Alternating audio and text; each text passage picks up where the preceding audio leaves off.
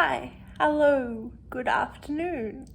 I'm Freya and welcome to my April writing, reading, life update wrap-up video. This is, I think, the third time I've done a wrap-up video, so I've made notes this time, so we are making a slight improvement in me not just turning on the camera and rabbiting on kind of what the first thing that comes to my head when I think about the month, because it's been a little bit of time since the end of April, so I kind of needed to kind of think of some things to say. It was kind of hard to think back on what was most important to tell you about April.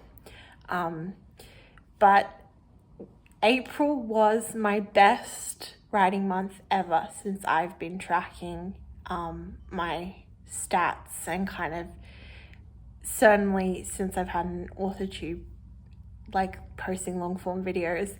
And yeah, so if you're just here for the stats, in April I wrote 12,430 words in 11 hours and 20 minutes. And at the end of the month, my draft, my third novel, was sitting at 55,031 words. It's a bit over that now.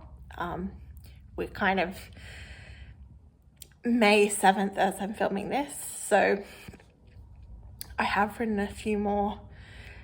I think it's 58 today, but yeah.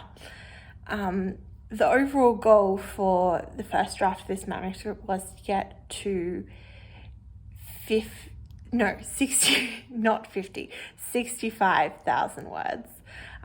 So I'm kind of not that far off. I wanted to set it, I know 65 is low for a novel, but I wanted to give myself room to kind of grow the project in future drafts. If I took it to my critique partner and they kind of said, look, I feel like it needs more of this, or this is great, could you expand on this scene? Or I wanted to give myself room to kind of do that and have it grow in the second draft. So 65 is not like the ultimate goal of where I'm hoping to end up, but it is my next milestone. Kind of like, if I get to 65, I am close to the ending, but if I get to 65 and I'm like at the end, I won't be unhappy with that. I won't, my plan is to get there and then read through and do kind of pass myself before I pass it off to a critique partner. But that is kind of where that's sitting in terms of the stats. To give you some context on the novel itself, in case this is your first time seeing my face, it is an upmarket fiction that kind of deals with the manosphere and themes around masculinity.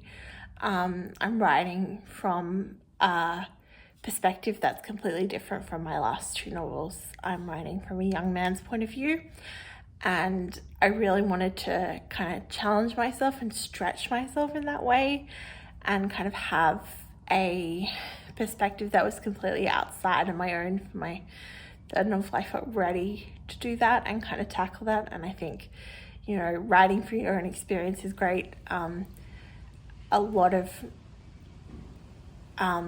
my first novel, I kind of drew from that well of my own experience in writing April, but this novel I really wanted to kind of step outside of that. So that's all. I don't really have like an elevator pitch for the novel yet, because obviously I'm still drafting it. I don't know what happens. Well, I do have a rough idea of the ending, but like I haven't written the ending yet, so I kind of don't want to give more detail than that on the specific plot of it until I know it's solid.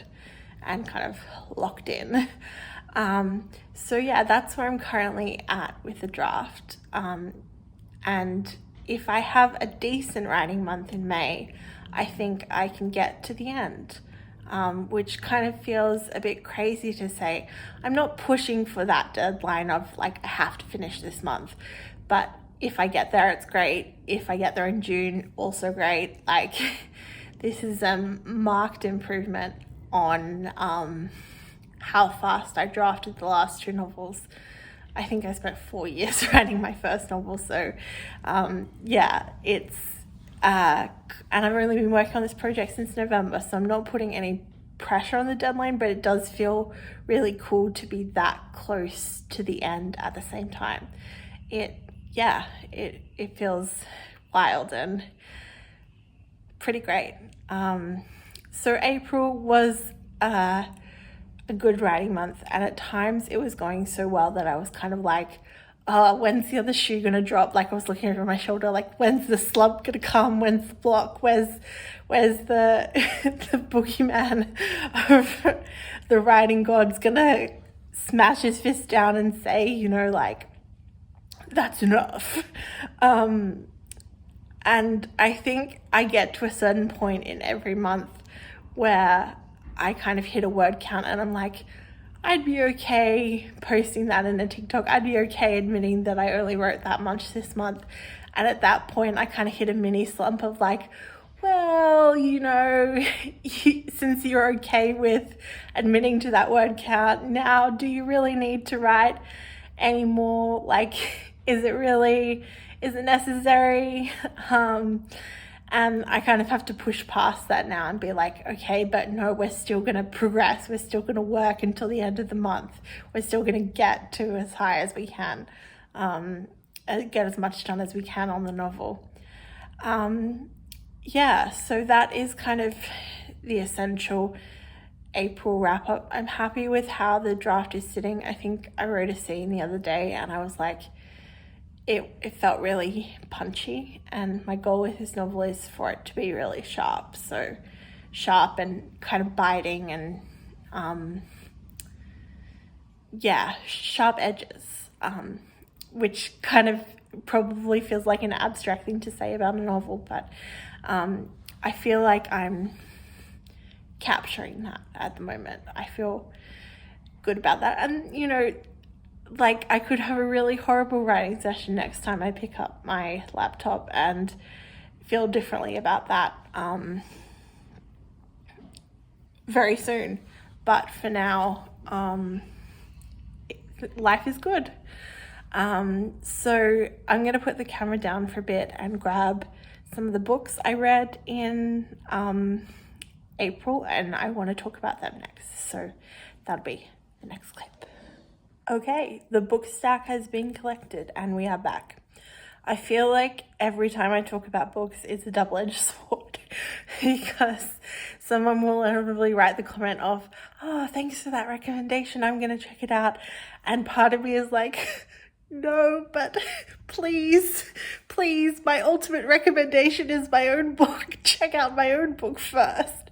And I can never comment that because, like, it's great that they're taking any of my recommendations seriously, and reading more books is a wonderful thing. And I'm so happy for this, you know, mostly traditionally published author who's already sold like over 1,000 copies and sells another copy because of me. But yeah, so I'm going to level with you. My ultimate recommendation, if you're looking for a book to read, is my own book. Okay? I'm sorry for this shameless self-promo. Okay, now we got that out of the way. Here are some of my books that I read in April. In April, I read 13 fiction books, and I kicked off the month by finishing Divorced, Not Dead. This is kind of a women's fiction novel. It follows the character of Frankie, who's just left her jerk face ex-husband who's kind of a little bit emotionally abusive, and she's like diving back into living life on her own terms and online dating for the first time in her adult life. And I felt like it was like not a very nuanced take on online dating. Like, I kind of thought, like, this is not telling me anything I didn't already know as a, you know, as a young woman in the world. Like, and maybe it is pitched at a slightly older audience than where I'm at in my life, who wouldn't have had that experience. But yeah, as it went on, the twists and the kind of the juicy way it kind of built up, I felt was really satisfying. So I am glad I stuck with it. Like, in the first 50 pages, I was kind of like, oh, but then like it really flipped for me. So yeah, that's the first book. And then my favorite book of the month was Crazy Rich Asians. Now, if you've seen the movie, you know this story, you kind of know the context. But it is delectable to read as a novel. It expands the world in just the most like immersive, beautiful way, and like it just feels fluffy and light and kind of glossy in the best way. Like, and you really at the same time get a lot of emotional depth from it. And yeah, I was really thoroughly impressed, and I think I now want to read the sequel. So that is on my kind of ever expanding list. But yeah, a great read if you're looking for something kind of that'll give you that 2000s movie kind of vibe in book form, which I'd never really found before. So I kind of like that. And then the final book I have to talk about today is Katerina, James Frey. Now, I got this book for my birthday, so I did not know that the kind of, I guess, controversial history that this author's had with publishing his first novel and then publishing an AI novel. Boo, hiss, tomato, tomato. But this is, I think, his third book, and it's kind of like, it was interesting to read because it's from a young man's point of view, and obviously that's the character that I'm working on in my own novel, a young man. So it was kind of good voice training in that sense.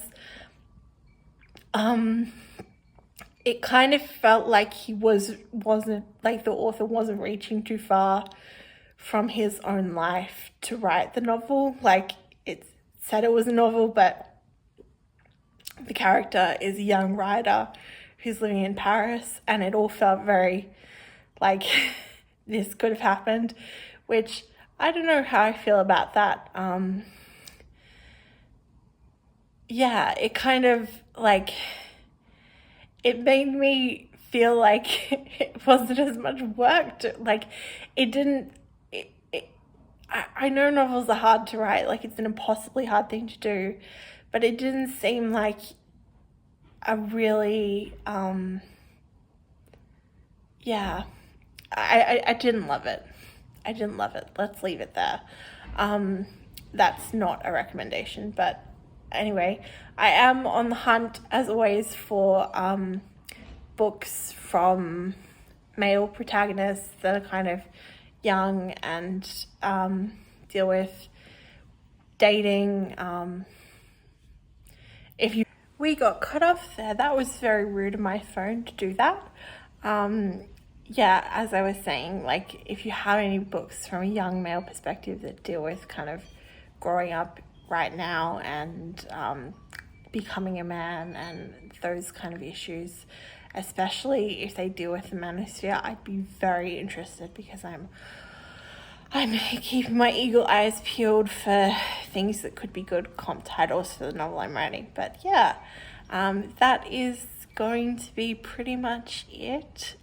If you have any writing news of your own you'd like to share with me, I'd love to hear it. It's always so cool to hear about how your own projects are going and kind of where they're at and kind of follow the journey. I feel like I'm really invested in and excited for you guys to finish your own writing projects. And yeah, it makes me feel like I have writing friends, which I don't really have in my life, so it's kind of really nice in that way, and to have that sense of, it sounds cliche, but that sense of community. And yeah, so thank you for watching, thank you for being here.